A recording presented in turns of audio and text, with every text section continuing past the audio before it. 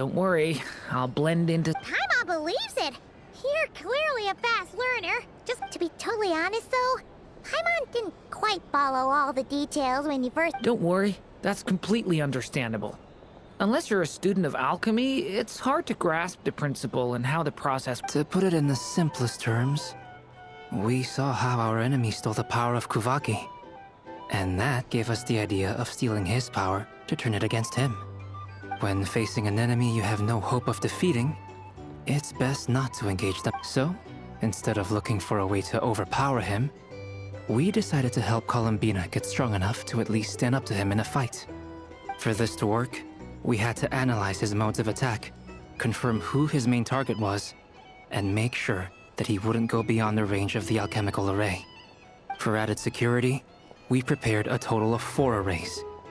But to mitigate the impact of the battle, we identified one location in particular as the ideal spot, which is where the confrontation took place. The alchemical array absorbed his abyssal power. Then Durin processed it to render it usable by Columbina. That power enabled her to do what would otherwise have been nigh on impossible. What surprised me was that Dainsleif actually agreed to join us. Given his history with Rerir, he had every right to sit this one out. But we're extremely grateful for the decision he made. It must have been a painful choice to make. But I'm sure that making a decision was far better for him than staying in limbo. Absolutely. He was torn between 2 paths, but in the end, he made his choice and stuck to it resolutely. He doesn't strike me as the sort of person who'd stay trapped in limbo. Anyway, however you cut it, everyone gave a stellar performance. And now, it's time to kick back and celebrate.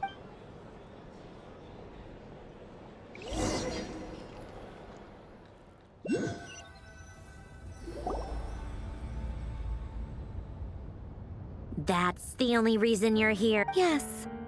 I've thought a lot about it. And I've realized that you, me, and Arlecchino should be friends. I think this is very important. So I felt I had... Well, this is a new one. I'm so moved. I can't even hold my teacup. If that's all, you can leave now. Do you not want to be friends with me? Or is it that you prefer being... What is this, Columbina? Are you deliberately testing my patience threshold?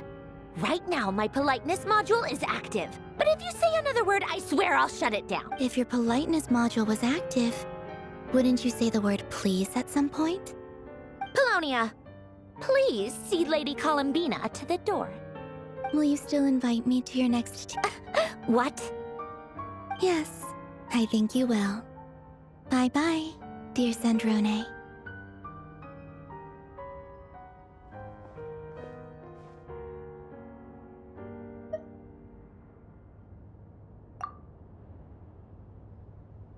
Last time, the Wild Hunt escorted you out. Would you rather I handled it? We just wanted to, see how you were doing now that it's all over. Why? Out of concern for my safety? I hope you didn't seriously think that the Ray here of Solnari would be able to lay so much as a finger upon me, given how prepared... Mostly because you kind of helped us out, so we just wanted to check you were okay. Looks like all your robots are fixed, huh? Oh, don't you worry about that. Tea time is already a write-off. The visitor before you managed to kill my appetite. If you're in the mood for tea, go ahead and help yourself. Otherwise, it's going to waste. My coasters are still missing in action, though. Use this notebook instead. Whoa! Pretty hefty notebook.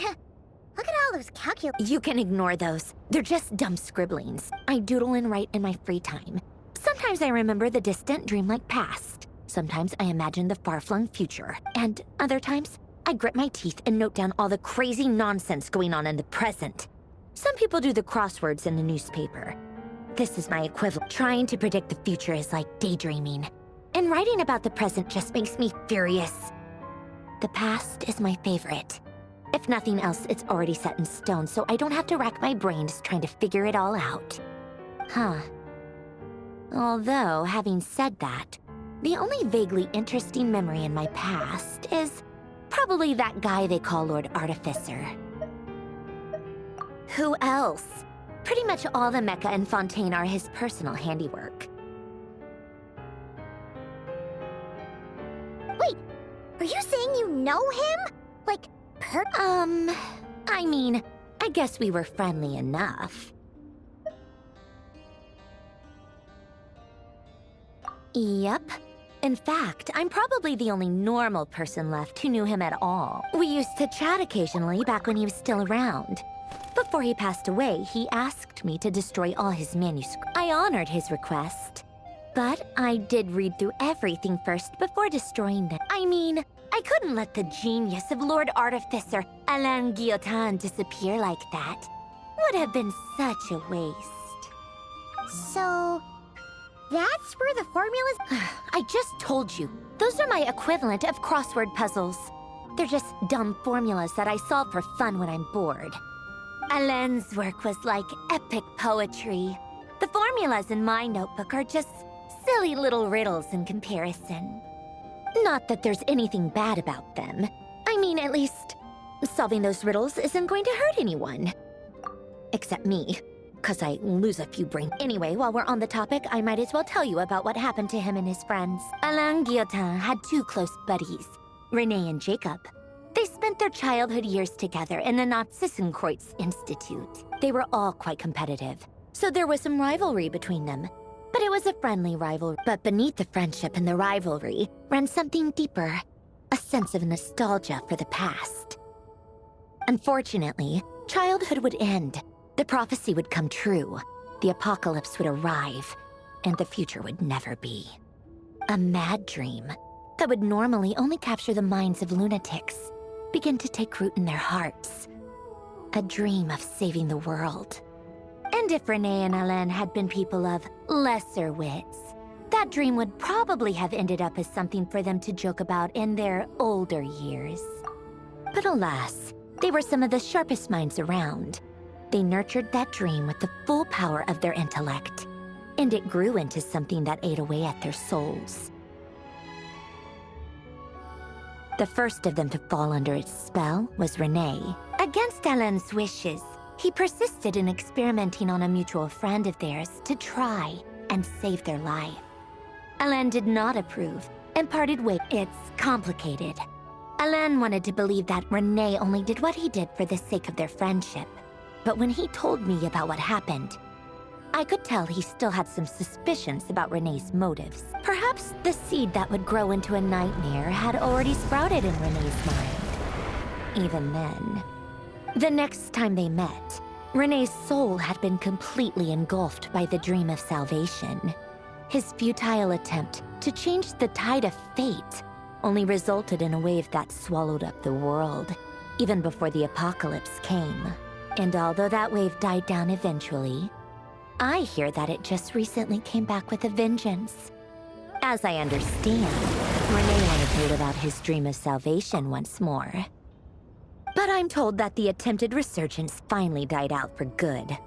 At long last, Renee awoke from his deluded dream. Though of course by then it was far too... What do you think of Renee? Do you admire his transcendent genius? His view that any price was worth paying to achieve the lofty goal of saving the world? Or do you despise him? Dismiss him as an evil madman who wrought havoc on the lives of everyone around him as he pursued his delusional dream? Same difference, really. Just a matter of perspective. What a cop-out. But I suspect you'd have a more incisive and insightful answer if we dug into it further. I don't like fanatics who give up their whole lives for their ideology. Nor do I like fools who let their delusions take control. Maybe I could understand if Renee had just been an ordinary person. But he had a sage-like intellect. And still managed to get himself lost in the labyrinth of his own desires. Anyway, that's enough about Renee. Now, moving on to Alain Guillotin, the Lord Artificer. He managed to put a stop to the first storm whipped up by Renee. But after that, Alain lost his friends and family. To his credit, I suppose, the loss of his family and friends was purely a tragic accident. It's not like Alain sacrificed them for his cause or anything. After that, the only thing supporting his work was the same dream that had dragged his closest friend down to the abyss. But although the desire to save Fontaine drove him to found the Fontaine Research Institute, Alain continued to reject any form of transcendental knowledge or power. He was suspicious and fearful of it, having seen the way it had affected his closest friend. I think that formulas and machines derived solely from human intellect were the only thing that gave him a sense of spiritual comfort. Yet Alain's intellect was simply too great.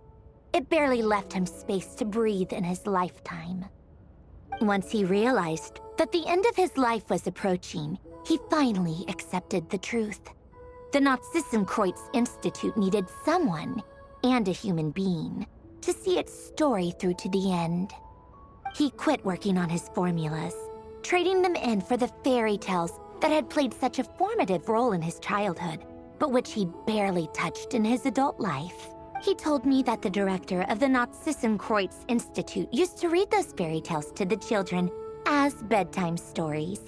Apparently, they worked wonders at sending kids off to sleep. I think that all he wanted at that time in his life was to be able to sleep deeply without being plagued by depression. By that point, nothing else really mattered.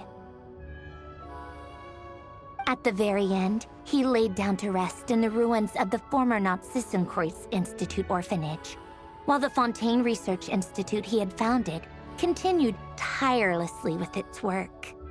Many years after that, tensions over competing dreams would once again cause a rift, this time between members of the Fontaine Research Institute.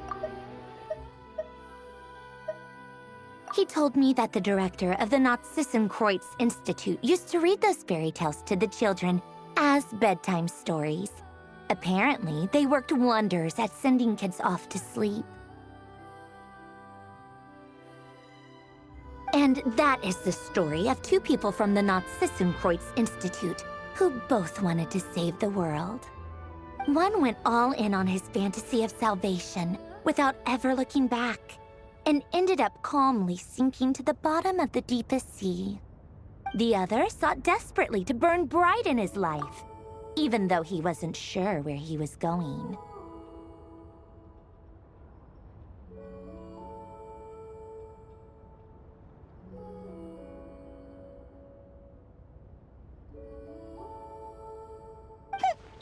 I do sometimes wonder, why is it that people like them have such grand hopes of saving the world? Even the grandest tree starts as a tiny seed. So perhaps, for each of them, their mission to save the world began with a very simple desire: to save themselves. They were young children with friends and family who mattered to them, desires to explore the meaning of life, ambitions to have a successful career. They didn't want to see all of that taken away in one fell swoop. Or maybe they just wanted to find something to anchor themselves within the chaos, to stop them getting quietly swept away by the storms of life. But instead, the search for their own salvation took them down the rocky road laid out by fate. Do you think the desire to save oneself is enough of a justification to try and save the world?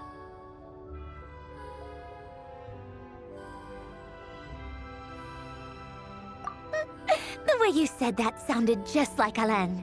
I asked him the same question back when he was in his prime, putting all of his energy into his work.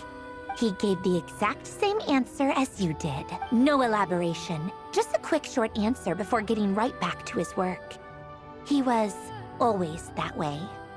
All right, tea time's over. I owe Arlecchino a favor for telling me these stories. I'll have to bring a whole sack of gifts the next time I visit the House of the Hearth. I'm gonna go tinker with Polonia now. You guys can do whatever you want, as long as it doesn't involve interrupting me. Polonia, exit hibernation mode. Begin diagnostics.